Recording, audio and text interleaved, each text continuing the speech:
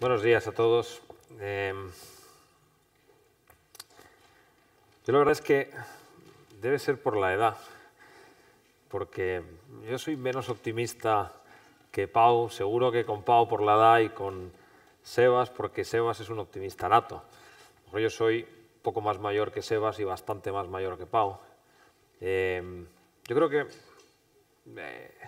yo tengo una razón hoy para estar contento y otra para estar triste. Tengo una razón para estar contento de ver cómo gente como Pau, pues con la edad que tiene, es un emprendedor, y tengo una razón de estar triste de cómo yo con 42 años sigo considerándome un emprendedor, cuando al final lo que uno tiene ganas es de que venga otra gente detrás, ¿no? Es decir, yo en Estados Unidos estaría más que amortizado, tirado en la cuneta y abandonado, porque no puedes competir con la gente de 20 años, ¿no?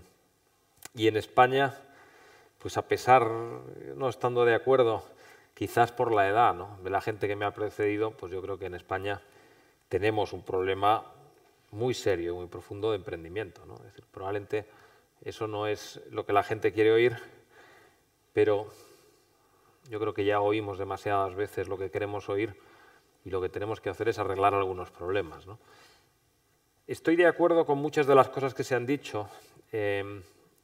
Para emprender lo que hay que hacer es sufrir, sufrir, sufrir, trabajar, sufrir, volver a sufrir, trabajar mucho más, y una de cada 50 veces, pues a igualdad de talento y de sufrimiento, pues las cosas salen, ¿no? Es decir, yo, en nuestro caso, yo llevo más de 20 y tantas empresas a las espaldas, y algunas cosas pues que sonaban a ciencia ficción son las que mejor han funcionado, y en cambio otros proyectos que sobre el papel parecían muy interesantes y después no han salido adelante, ¿no? Hay que sufrir mucho, y una cosa que no se ha dicho y que para mí es fundamental y que en España yo creo que hacemos mal, ¿no?, cuando hacemos toda la política de emprendimiento, ¿no? Esto es como el que está enamorado del amor, ¿no? Es decir, no, es que no hay que enamorarse del amor. Uno se enamora de un hombre o de una mujer. En España estamos enamorados del emprender. El emprender no es nada, es una consecuencia. Yo creo que el chip del emprendimiento, hablamos mucho de Estados Unidos, el chip del emprendimiento, el americano lo tiene porque se lo inculcan, que es el chip de si quieres algo, hazlo. Es algo tan obvio como eso, ¿no? Es decir, cuando muchas veces la gente me pregunta y dice, oye, ¿por qué os metéis en líos de hacer un videojuego, hacer videojuegos para competir internacionalmente? ¿Por qué hacéis películas para competir internacionalmente? ¿Por qué montáis empresas por medio mundo? ¿Por qué? Pues porque se puede hacer, porque te levantas una mañana, tienes una idea, la pones en marcha, después te arrepientes 364, y esto es real, o sea, esto no es una exageración, te arrepientes, pues yo creo que 360 mañanas al año de haber montado ese proyecto, y un día, pues como cuando lo que cuentan los alpinistas, cuando llegas a la cima, pues de pronto todo ese esfuerzo te ha compensado porque hay un elemento de satisfacción personal, de plantearte un reto y cumplirlo, pero esto es muy sufrido, ¿no? Yo creo que el emprendedor que esté enamorado simplemente de emprender, que lo deje. Yo creo que uno tiene que estar enamorado de algo, de un proyecto, de una industria, de un sector. Yo, todos los emprendedores que conozco, todos los que conozco están enamorados del producto, de aquello en lo que trabajan. No les cuesta esfuerzo levantarse por la mañana, sea el que sea. El tío que está en el campo y se va a ver los gorrinos, ¿sabes? Pues se va a ver los gorrinos porque le apetece y porque quiere tener el mejor jamón y porque cuida los detalles, y de pronto te da una chapa que te quedas diciendo, vaya lata me está dando este tío con sus gorrinos, y me importa un pimiento, pero es su vida. Yo creo que cuando miramos en España, muchos de los empresarios del pasado eran gente que sabían de lo suyo más que nadie. Todo el mundo que conozco sabe y que ha triunfado. Es decir, que hay un elemento de suerte, sin duda, pero saben de lo suyo más que nadie. Yo creo que en España tuvimos una generación desperdiciada tecnológica en el año 2000, que yo viví cuando estábamos en la oficina y acabábamos de montar un pequeño proyecto que se llamaba La Netro, y que en aquel momento facturaba 500 millones de pesetas, ¿no? Y entraban los banqueros, que claro, es difícil no volverse loco, ¿no? Es decir, un día valías 50.000 millones de pesetas, al día siguiente valías 70.000, al día siguiente valías 80.000 millones, ¿no? Afortunadamente, bueno, nosotros en aquella época sabíamos que valer no valíamos un duro, y que aquello era una startup y estábamos donde estábamos, ¿no? Y efectivamente, cuando se pasó la burbuja, no valíamos ni un duro, ¿no? Bueno, la única diferencia es que 12 años después, y perseverando y trabajando, pues esa empresa, que es verdad que en aquel momento no valía un duro, a día de hoy pues es una empresa que va a facturar cerca de 600 millones de euros y que está en 84 países del mundo. Es la empresa española con más presencia internacional. Tenemos más presencia que cualquier banco, que cualquier compañía, ¿no? Y yo creo que somos de los poquitos que sobrevivimos de aquella época, ¿no? Y no tiene más mérito que simplemente que conocíamos el sector, ¿no? Cuando en aquel momento los bancos venían y nos decían también hay que invertir en .com, hay que invertir en esto y en lo otro, y decía, bueno, macho, aquí lo que hay que hacer es no invertir un duro. Esto está inflado, esto es un absurdo, ¿no? En España en aquella época no había una generación .com, no había gente que supiera nada. La gente tenía una idea, veía que en Estados Unidos, tal, entonces había aquí una idea peregrina y venían a venderte una moto y aquello pues no funcionaba, ¿no? Lógicamente. Y también es verdad que cuando se habla de la generación .com en España, como somos, pues nos encanta. Al final, no hay cosa que más nos guste que ver cuando las burbujas se inflan. Antes teníamos aquí a Sebas y hablaba de Facebook, ¿no? Está todo el mundo encantado diciendo, joder, Facebook, se ha desinflado la burbuja porque todo esto de las redes sociales es un bluff. Y dice, ya quisiera yo, ya quisiera cualquier español tener esa burbuja, ¿no? Después de la burbuja de Internet en Estados Unidos, supuesta burbuja, es decir, Google vale más con gran diferencia que toda la burbuja de Internet junta, ¿no? Es decir, en España solo quedó burbuja, desgraciadamente. Entonces, bueno, yo creo que mi visión, lo que quería complementar de lo que han dicho Pau y Sebas anteriormente, es que un elemento fundamental de los emprendedores, es decir, uno no puede estar enamorado de ser emprendedor, no puede estar enamorado del hecho de emprender, no puede estar enamorado de verse a sí mismo teniendo éxito y verse a sí mismo dando charlas, escribiendo libros o verse a sí mismo firmando autógrafos. Es decir, uno tiene que estar enamorado de un proyecto, el que sea, y trabajar por ese proyecto porque lo quiere ver convertido en una realidad. Cualquiera que quiera ser emprendedor, vamos, yo creo que no hay más que esos dos consejos, el de... Y luego ya cada uno tiene su fórmula, pero esos son dos constantes que se repiten, ¿no? Es decir, la primera, trabajar mucho, y la segunda, ser en lo tuyo muy bueno. Y para ser muy bueno en lo tuyo, tiene que gustarte lo que haces. Es imposible levantarte cada mañana para intentar ser el mejor si haces una cosa que te cuesta esfuerzo. Es decir, porque tus competidores se van a levantar por la mañana y van a hacer algo porque les gusta. Yo me acuerdo cuando estábamos trabajando, por ejemplo, en Comandos hace muchos años ya, en Comandos y en otros juegos posteriormente, ¿no? Y la gente decía, estabas trabajando todo el día haciendo videojuegos en una oficina, y cuando digo todo el día, bueno, nosotros yo creo que una de las etapas más estresantes de mi vida en el cierre de Comandos, vivimos prácticamente 45 días metidos en la oficina, ¿no? La verdad es que era lamentable. Había una habitación con unas colchonetas donde la gente iba cayendo así desplomada. Yo he visto a gente desplomarse sobre un teclado, pero vamos, tal cual, ¿no? Y las cajas de pizzas, entraban todos los tíos de comidas para llevar, iban acumulando así las cajas y cajas, mes y pico, bueno, es decir, al margen de que durante todo el proyecto fueron jornadas de 15 o 16 horas, pero el final fue de verdad un mes y medio viviendo en la oficina sin salir, ¿no? ¿Y qué hacíamos cuando había un rato libre? Pues en aquella época, que era una cosa muy poco habitual, porque no se llevaban tanto las redes en las oficinas, tal, pues una macropartida y todos jugando a un videojuego. Y decías, ¿cómo es posible, no? Estáis todo el día aquí y tal, y cuando lo dejáis para seguir jugando, bueno, porque eso es lo que te mueve y esa pasión, ¿no? Es decir, tu competidor la tiene, y si tú no la tienes, déjalo y búscate otro sector, búscate aquello que te apasiona. Y en cuanto a lo demás, yo creo que hay otro tema fundamental en España que hay que desarrollar dramáticamente, ¿no? Es decir, al margen de que yo creo que tenemos que ser en Europa en general. Pau decía antes, y hablaba del caso de Angry Birds, ¿no? Y decía, lo hizo un europeo, sí, pero cuando se convierta en una industria ya no será europea. Pau es un tío muy joven y tiene la visión que tiene. Pero yo he vivido, ya no te hablo de mi padre, claro, yo voy a ponerme aquí a contar batallitas como cuando me las contaba mi padre, pero yo he vivido cuando Inglaterra era la potencia, el número 1 mundial en desarrollo de videojuegos. y a día de hoy pues sigue siendo una potencia, pero en Inglaterra han cerrado el 75% de los estudios. De 400 estudios que había en Inglaterra quedan 100. Hasta el Tomb Raider. Yo recuerdo el día que un buen amigo, me lleva a su compañía y me dice: te voy a enseñar un juego que estoy haciendo, ya ve qué te parece, ¿no? Año 95, y entro allí y me pone una pequeña demo de 15 segundos de una tía corriendo por un pasillo, saltando plataformas, ¿no? Yo entré en estado de éxtasis, o sea, volví a Madrid, y ese juego tenemos que distribuirlo en España, tenemos que participar en eso como sea, ¿no? El juego era Tomb Raider, ¿no?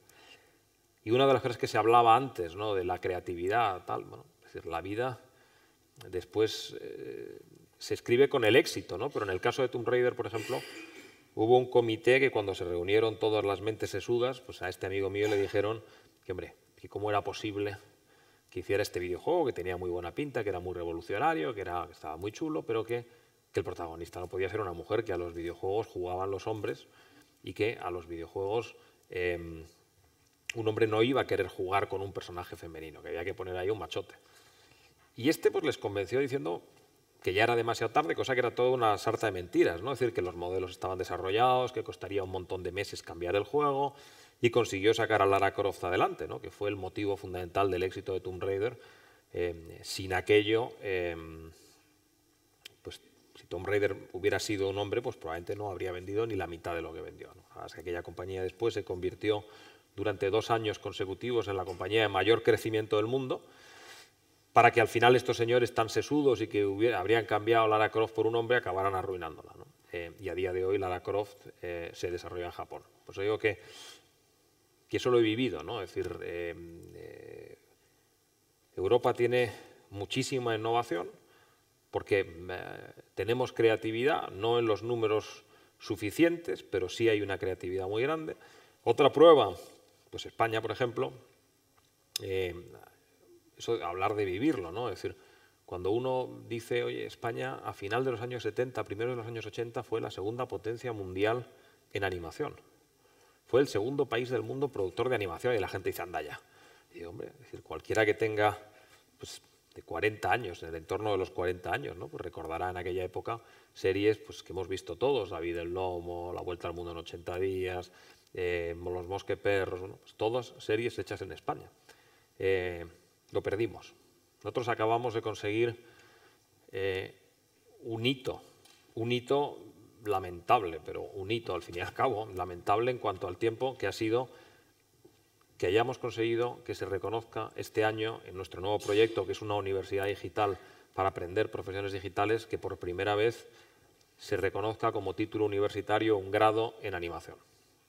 Por ese camino no vamos, es decir, no podemos reaccionar explicándole al Ministerio por qué el mundo ha cambiado y la animación hace mucho tiempo es digna de ser una especialidad universitaria, y que te estén diciendo, hombre, que eso es correr mucho, ¿no? Y dices que eso es correr mucho. Es decir, Disney empezó su universidad de animación en el año 71, ¿no? Que, por cierto, en la primera promoción de aquella universidad estuvieron pues, John Lasseter, fundador de Pixar, Tim Burton, por ahí ha pasado Brad Bird, prácticamente todos los directores de Pixar han pasado por la escuela Disney de animación, ¿no? En España estamos llegando con 30 años de retraso, ¿no? Yo creo que eso hay que cambiarlo, ¿no? Y finalmente decir que un tema fundamental, a mí me ha costado entenderlo, y es de esas lecciones que creo que cuesta más aprender en España y que yo después he visto más nítidamente, ¿no? Yo cuando empecé y me contaba un amigo y me decía, el que está a tu lado, y hablo ahora exclusivamente del mundo digital, ¿no?, pero cada vez más vivimos en un mundo global, que es otro tema sorprendente, ¿no? Es decir, cuando hablamos de emprendimiento siempre acabamos hablando de proyectos digitales, ¿no?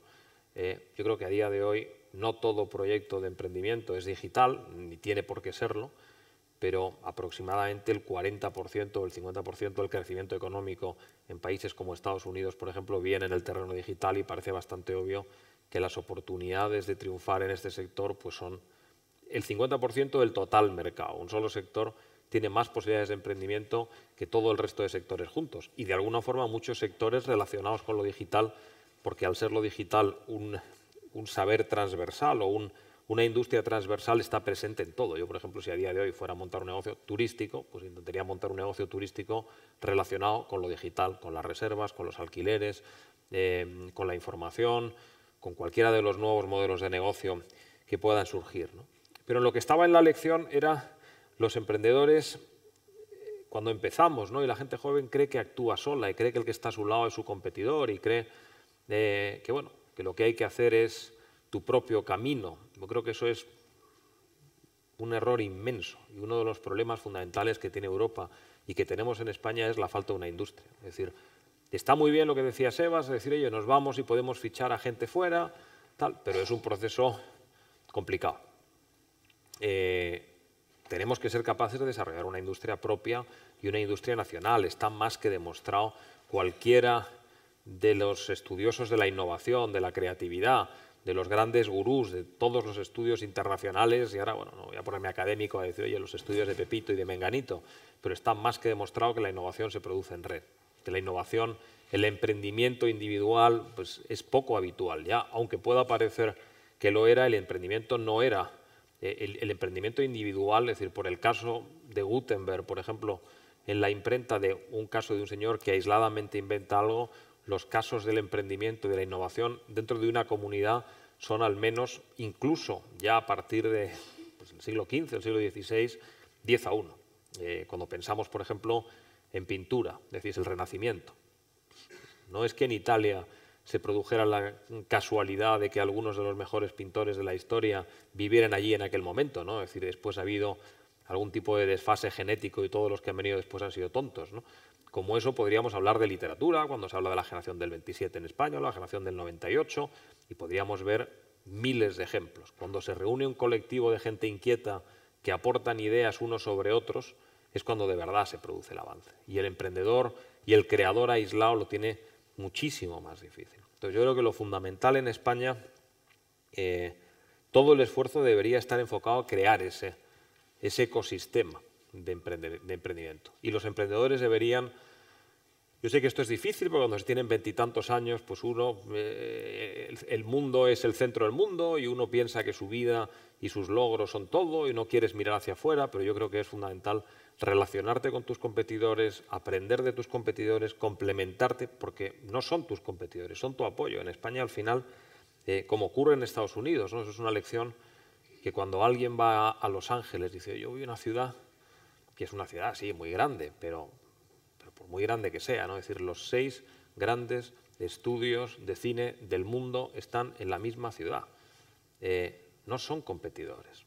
Y tú vas allí y vas a ver a uno de ellos y se demandan unos a otros. Bueno, eso sí que es un capítulo aparte de la jungla que es Hollywood de verdad.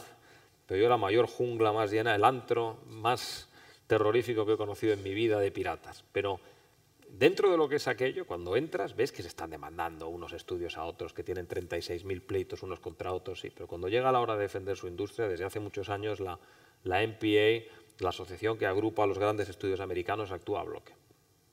Y actúan a bloque hasta el extremo, pues en el pasado, de presionar sobre su presidente para que Obama venga a España y uno de los temas que sacara en su pasada visita con Zapatero fuera, en el pasado con Zapatero, fuera el de la lucha contra la piratería. Y a día de hoy es un tema que también se hace con el gobierno actual y desde la propia presidencia del gobierno, porque la industria americana del cine tiene muchísima fuerza y tiene muchísima capacidad de lobby para presionar a sus gobernantes para que defiendan sus intereses, ¿no? Pero es sorprendente el decir, oye, en la misma ciudad, 6 grandes estudios y no hay uno ni siquiera en el mismo país, uno en Chicago y otro en... No, están los 6 en Los Ángeles y no son competidores, porque esa unión hace la fuerza, es decir, no puedes competir contra el ecosistema que ellos han creado. Eso es lo que necesitamos, ese ecosistema de emprendedores, ese ecosistema de ideas, ese ecosistema donde los profesionales viajan de una empresa, pero a una empresa que está en el otro lado de la calle, no a una empresa que está en Estados Unidos, ¿no? Que esa es otra cosa que yo le alabo a Seba su optimismo, ¿no? Pero a mí cada vez que después de formar a alguien me roban a un profesional, tal, y yo sé que Sebas piensa lo mismo, se sube aquí y dice estamos muy orgullosos, tal, y yo también, pero te jode, no veas y te jode. O sea, que te lleguen unos americanos y te monten, como decía Sebas, un estudio en el otro lado de la calle, en el otro lado de la calle y te entrevisten a 80 personas uno detrás de otro. Pues sí, Para mí es un orgullo pensar que ahora mismo hay gente que ha trabajado con nosotros y que ha trabajado desde El Señor de los Anillos a Harry Potter, que hay 15 o 16 personas ex de nuestro estudio de animación trabajando en Pixar, que hay otros 15 o 20 en DreamWorks, que hay gente en Blue Sky, que hay gente que ha trabajado desde las películas de Pixar a las de DreamWorks, a los Ice Age, y que están nutriendo estudios por medio mundo. Pues hombre, sí, el domingo por la noche, cuando te has tomado 3 copas, pues estás muy orgulloso, pero el lunes por la mañana estás de una mala leche porque es gente que has formado, que te ha costado un esfuerzo tremendo, que tienes montado en un equipo y que te llega un americano y es que, pero sin inmutarse, te hace así y se los lleva. Lógicamente, para esa gente, ir a esas empresas y a esos ecosistemas es su aspiración desde que son pequeños, sueñan con ir a esos sitios, es el sitio al que llegar, ¿no? Es decir, como de alguna forma es a la inversa que vemos en el fútbol, ¿no? Es decir, el sueño de alguien es acabar jugando en el Madrid o en el Barça y venir a jugar en la Liga Española porque es la mejor liga del mundo. Y hay un momento en el que incluso por menos dinero están dispuestos a venir aquí a jugar, ¿no? Pues eso nos pasa a nosotros y en nuestras industrias, exactamente igual que otro tema que decía Pau, que era que él tuvo la suerte de tener una beca para irse a estudiar a Cambridge. Ya, habría sido mejor que hubiera tenido una beca para estudiar en algún sitio en España y que tuviéramos la capacidad de ser tan buenos como son ellos. Y, hombre, hay sectores donde tenemos un nivel mayor, pero en el nuestro, en general, pues la verdad es que estamos muy por detrás, porque vivimos en un mundo que se mueve a una velocidad de vértigo y el sistema en Europa no se mueve a la velocidad a la que se está moviendo el mundo. Y eso es objeto de otra conferencia, pero el ritmo al que se mueve el mundo con la irrupción de lo digital, solo daros un dato, es decir, durante el siglo XX la velocidad de innovación respondía a un patrón que era el patrón de 10 más 10. Y se ha cumplido matemáticamente durante el siglo XX. Podríamos ir hacia atrás, ¿no? Y hablar de cuáles son esos patrones en la antigüedad y el tiempo que tardó en consolidarse un invento. Pero en el siglo XX los grandes avances tecnológicos se movieron en un patrón de 10 más 10, que eran 10 años de desarrollo tecnológico para que un invento estuviera más o menos perfeccionado desde su primera concepción en el laboratorio hasta un producto que se pudiera comercializar. Y 10 años para que el mercado lo convirtiera en un estándar. Y uno dice, bueno, pues eso sería a principios de siglo. No, eso fue la M a primeros de siglo, pero fue la televisión, fue el salto del blanco y negro al color, fue la entrada del DVD, fue la entrada del VHS, fue la entrada de la televisión en alta definición. Incluso la llegada del móvil ha respondido a un patrón de 10 más 10, pero con la llegada, la irrupción de la red masiva, ese patrón de 10 más 10 se ha convertido en un patrón de 1 más 1. Y de ahí lo que estaba hablando antes Sebas, ¿no? Es decir, los casos de compañías que en cuestión de 24 meses son un estándar mundial, pues son incontables, ¿no? Es decir, desde el éxito de YouTube al éxito de Twitter, por poner 2 ejemplos, ¿no? Pero hablábamos de la velocidad de propagación de un WhatsApp, ¿no? Ese es otro ritmo y requiere otra flexibilidad en el mercado por parte de todo el mundo, de regulación, financieros, la gente, las empresas, la mentalidad comercial, las universidades, bueno, y eso para los emprendedores es una enorme oportunidad porque está todo por hacer y es verdad, la noticia positiva es que en el campo digital hay unas oportunidades tremendas. La mala noticia, que decía, es que gente como yo, pues sigamos emprendiendo porque yo no tengo ya el ritmo para moverte a esa velocidad, ¿no? Es decir, para eso hay que tener 20 años para estar 18 horas al día generando la siguiente idea, ¿no? Y desgraciadamente, hombre, pues yo estoy encantado con lo que hago, ¿no? Pero en España la verdad es que debería haber más gente por detrás que fuera el relevo de mi generación, ¿no? Y sin más, pues muchas gracias y si alguno vais a emprender, pues muy buena suerte. Gracias.